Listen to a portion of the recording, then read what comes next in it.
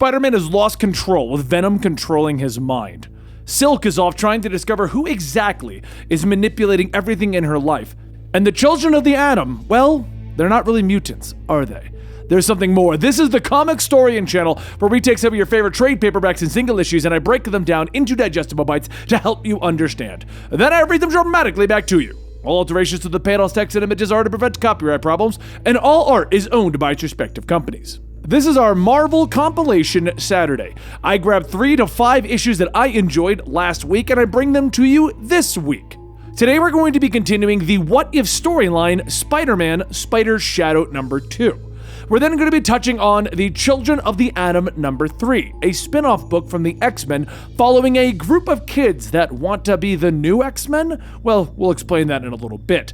And then we're going to conclude with some Silk, talking about one of the female spider individuals in the Spider-Man family. But let's go ahead and start our first story, Spider-Man Spider's Shadow. This storyline takes place in an alternate reality, where back in the 80s when Spider-Man had the Venom symbiote, he originally got rid of it, but in this world, he kept it. And he's now taking things a bit too far. Venom has convinced him that if he kills everyone, no one can do any wrongdoing, and he's decided to follow that philosophy after losing Aunt May. Another night passes and Peter has another meeting with his suit in his sleep. He says that he had it wrong. He has power. He has responsibility. But what is that responsibility? It is to save people, to keep them safe. But he never really keeps them safe. Not for long, at least. The symbiote tells him, "No, you don't." And Peter says that he pretended to, putting men in goblin masks in prison. But prison to them was always a vacation, time to plot and plan. Those plans always led to a murder in Peter's life. Gwen Stacy, her father George Stacy, and Aunt May. Letting bastards live was as bad as letting the robber run past him and losing Uncle Ben.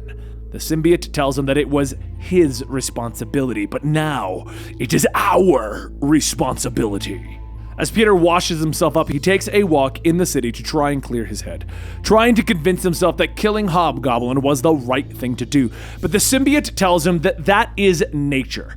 Things live, things die, things forfeit their right to live. Peter tells the symbiote that that may be true, but he still feels shame. The symbiote tells him that they know not of this feeling. What is shame? Peter tries to explain, but then says he doesn't want people to find out. He doesn't want Mary Jane too. The symbiote says that people know, then people fear, and if people fear, no one does wrong. Peter sighs, telling him that he doesn't want people to think that he's a murderer. Damn it! He looks in the newspaper, and he sees the headline, "Threat or Menace," with an image of Hobgoblin on the front page. Peter yells that his killing the Hobgoblin was justified. Maybe they're right. Maybe I need to put fear into the people. Meanwhile, elsewhere, Kingpin sits in his penthouse reading the same article, asking if it's true. Did Spider-Man do this? Kingpin's aide says the eyewitnesses saw him fighting the Hobgoblin and then, well, snapping is the word most often used. Kingpin takes a deep breath as he stands up. That is unfortunate. The only thing that made these superheroes tolerable was their insipid moral codes, nuisances, but never any real danger. My criminal empire can handle a 5% deficit due to Spider-Man's interference, but it cannot tolerate his death. It would seem that the time has come to make some calls. Later at the Daily Bugle, Jonah yells to Robbie that they will post whatever they need to. Spider-Man is a murderer, and the people of the world need to know! Robbie shuts the door to the office, telling him that they need to do this carefully. They don't know what happened out in Queens. It could be a different man in that suit. It isn't as clear-cut as Jonah thinks. Jonah scoffs once the door closes, and when he sits back down, he sees an outline of someone standing in his window. Seconds later, Spider-Man crashes in, screaming for Jonah, slamming him into the wall. Jonah yells for him to get his hands off, but Spider-Man grabs a hold of his hand, telling him, "I don't care anymore, Jonah!" He smashes his hand into the wall, asking, "Isn't this what you wanted? You've been whipping up the city for years, telling them that I'm a criminal when all I've done is help people!" Jonah struggles, and Spider-Man pulls him back, crushing Jonah's hand into his, telling him that it looks like they both got what they wanted. He'll be helping people more, and he'll be a criminal. Jonah screams as he falls to his knees, telling him, You broke my... Spider-Man tells him that if there is one more word about him in that paper, he'll come back and break the other hand. So the days start to go by. No word from Peter, and Mary Jane stops by his apartment asking if he's home. She says that she hasn't seen him since the funeral, and, well, the news has been stating, oh my god. She walks into the room and sees Peter suspended in the air by the symbiote, asking what is going on. Peter asks if that is her. Sorry, MJ, it probably looks really strange, but honestly, it's incredibly comfortable. Mary Jane says that he hasn't been answering his phone, and Peter says that they have been busy. She asks, what does he mean by they? The Bugle, even the other papers, are stating that Spider-Man is it true, Peter? Are you murdering people? Peter stares for a moment and then says that he could have saved her if he had made that decision earlier. She asks what decision, and Peter tells her the one where he decides who will live.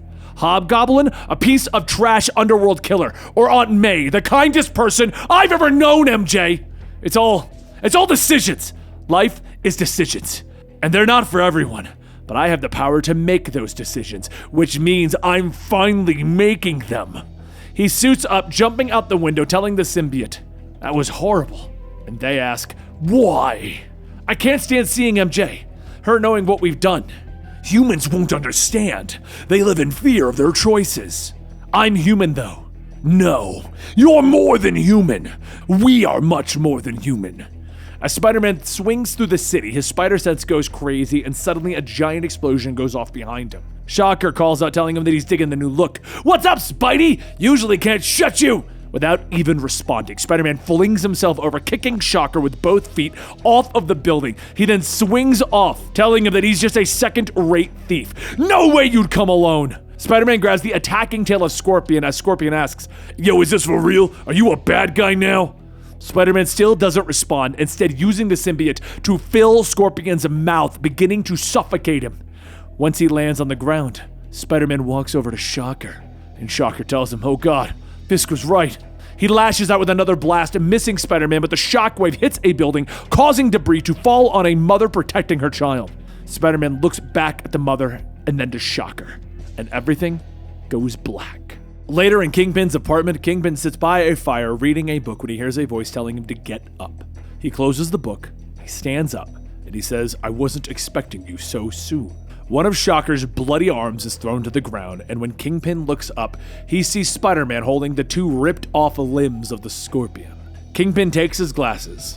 When they said that you murdered the Hobgoblin, I had my men research the woman who died in the fire. May Parker. To provoke such a reaction, she must have been someone close to you. Our best match was a man named Peter Parker. You. And when I went about investigating, seeing if there was any other family, someone that I could threaten, no one showed up. So incredibly sad. You have no one. Everyone you ever loved is... But before Kingpin could even finish his evil villain monologue, Spider-Man punches him in the head, causing his skull to shatter. Later, Doc Ock contacts Mysterio, Kraven, Electro, and Rhino and tells them that with the loss of Fisk, Shocker, and Scorpion, Spider-Man's next targets will most likely be them. Kraven tells him that he agrees they can no longer hide themselves. It is time to band together and strike. And Doc Ock says that there is only one of them here who has seen the new Spider-Man up close. What do you think, Mr. Jameson? Jonah sits up in a chair, telling them, Spider-Man needs to be stopped. I tried to warn everyone for years. He's a killer. And though all of you should be behind bars, Spider-Man is the most dangerous villain of you all, and we need to stop him, whatever the cost. Doc Ock says that they are all in agreement then. Kraven will draft up a plan and get back to them. Good evening, gentlemen. As the call ends, Doc Ock asks if there have been any sightings, and the agents tell him no. Maybe they should lure him out. Doc Ock scratches his chin. Absolutely not. We're going to wait for Kraven. What we need to do is start getting things ready and arming our men. Once this is over, we will take out the others along with Spider-Man. We can't trust any of them. And as the agents leave, one stays, and Doc Ock asks if there's something wrong. Did he not make himself clear? The agent pulls out a knife, stabbing Doc Ock, telling him, oh, I understood. Doc Ock falls to the ground. Terrence? What? The man takes off his mask. Sorry, Doc. Name's Eddie Brock, and I can't just let you go and kill Spider-Man. That's my job. Hickman has created an entirely new X-Men universe in which there's an island known as Krakoa, and on that island, the X-Men have their own world, their own politics, their own religion, their own government. But not everybody who is a mutant has gone to Krakoa. There are a couple of individuals known as the Children of the Atom, all trying to be the new X-Men. Kids who think that they can get away with it. But something seems a little odd, because when invited to come to Krakoa to be with the rest of the real X-Men, these kids turned it down, and they seem unable to pass through the mutant-only gates. So what is the truth behind the Children of the Atom? Let's go into issue 3 today. High up and leaving Earth's orbit, the Children of the Atom begin to get further and further away from their home planet. Jay runs through the spacecraft stating, "Oh man, oh man, oh man, oh man, we are so dead!" And up in the cockpit, Gabe tells Buddy to take the wheel for a sec, and Buddy tells him that there is no wheel. She can't be sure because she can't read the displays and it seems to be on autopilot. Buddy then begins to push the buttons randomly, yelling to just turn them all off, when suddenly the alarms start to blare and some of the vents on the ship open up. Gabe grabs Benny, shouting, "What are you doing?" And Benny yells that he's trying to help. As the two begin to argue, Buddy tells them to just be quiet and calm so that she can. But just then, an automated message begins to play stating that the emergency ventilation has commenced. Atmosphere will completely vent in T-minus 5 minutes. Jay begins to run in shouting that he doesn't want to die, he just wants to go home. And Carmen grabs him, telling him that it's going to be okay, they have no reason to. But before she can finish, there's an explosion and everyone begins to panic. Buddy tries to calm everyone down, telling them that there has to be some escape pods. There looked to be some when they came aboard. However, as she starts to take the lead, there's another internal explosion, throwing everyone to the ground. Carmen and Gabe help Buddy up, and Benny grabs Jay, and everyone begins to make their way to the back of the ship, where the escape pods are supposed to be located. Once the injured are set, Carmen tells Buddy to stay away, okay? And Buddy asks, "Mass crashing into the Earth on an alien spacecraft? No chance." Soon the pods eject from the ship, seconds before it explodes, with Carmen laughing, stating, "See? We're gonna be okay." And Buddy tells her of course they are. They'll always be okay as long as they have each other. Carmen reaches out for Buddy's hand, telling her that there's something that she needs to say. She needs to tell her that she loves her. And just as she says that, her seatbelt snaps and the pod begins to shake, and Buddy yells that she can't hear her. Seconds later, the pods come crashing down onto the Earth and the doors open. The kids are invited to dinner at Cole's apartment, but as Mr. Riviera asks where's Carmen, Buddy tells him that she sends her thanks, but she isn't feeling too well and couldn't make it. Mr. Riviera says that's okay, and then tells everyone to hurry up, dinner is almost ready. But along with Mr. Riviera and his husband is another man, a large man that Victor introduces as Arthur Negan. Arthur shakes everyone's hand, telling them that it's a pleasure to meet them, and then Cole's father says, "Come on now, it's time to eat." Once everyone is sat down, Cole's father laughs, holding Cole and Victor close, telling them that it's so nice to have friends over again. And Victor says that it's kind of a relief, honestly. It's been a long time since he's had to complain about how much teenagers eat. Benny looks at Arthur, telling him that he guesses that they should be thanking him too, but Arthur waves his hand, stating, "Not at all." Victor goes on, stating that without Arthur in real unity, Cole would not have visitors today, let alone be going back to school. Gabe whispers, "What is real unity?" And Arthur says that it is an organization open to all like-minded people. They believe in Darwinism, but not inevitability. They believe that it is their right as human beings to better themselves, to mold themselves into the fittest and survive. Mr. Riviera grabs Cole, stating that Arthur was the one who pioneered the technique that saved Cole. They're grateful every second of the day. Victor then tells them that Arthur's working with cutting-edge tech and genetics. He's no bigot either. He's exploring Homo sapiens and Homo superior genes in his research. He's a genius. Benny asks if that makes Cole a mutant then, and Mr. Riviera says, well, to answer that question, no. Cole is still human, but the procedure helped him bond with some mutant tissue, so he's kind of both. Benny and Gabe both state that that is pretty dope. And then Buddy asks, does that mean that he can walk through one of those mutant gates? And Cole stops. Wait, what? Buddy tells him that word on the forums is that the gates are only accessible to beings who have mutant DNA. He might be able to go to Krakoa. Cole stops everything, asking, is that why you wanted to hang out? Because you want to go play on Mutant Island or whatever? Gabe says, nah, man, it's not even like that. We just thought that if that was who you are now, that's cool. We want to show you that we don't find it weird. And Cole says, wow, just wow. I heard people talking about how you're all weirdly obsessed with that stuff. They tried to warn me, but I defended you. Benny says, come on, you can't be mad now because we're trying to welcome you. And Cole says, no, I'm pissed because all you want to do is use me to game on one of those gates. That's messed up. You promised that we'd be friends no matter what, but you stopped coming to visit me in the hospital after the summer. You forgot to respond to my texts all the time, like I didn't matter. And now I'm suddenly interesting and you want to hang? Gabe tells him, it was horrible seeing you like that. I've been your friend since forever, and I didn't want to watch you fade away.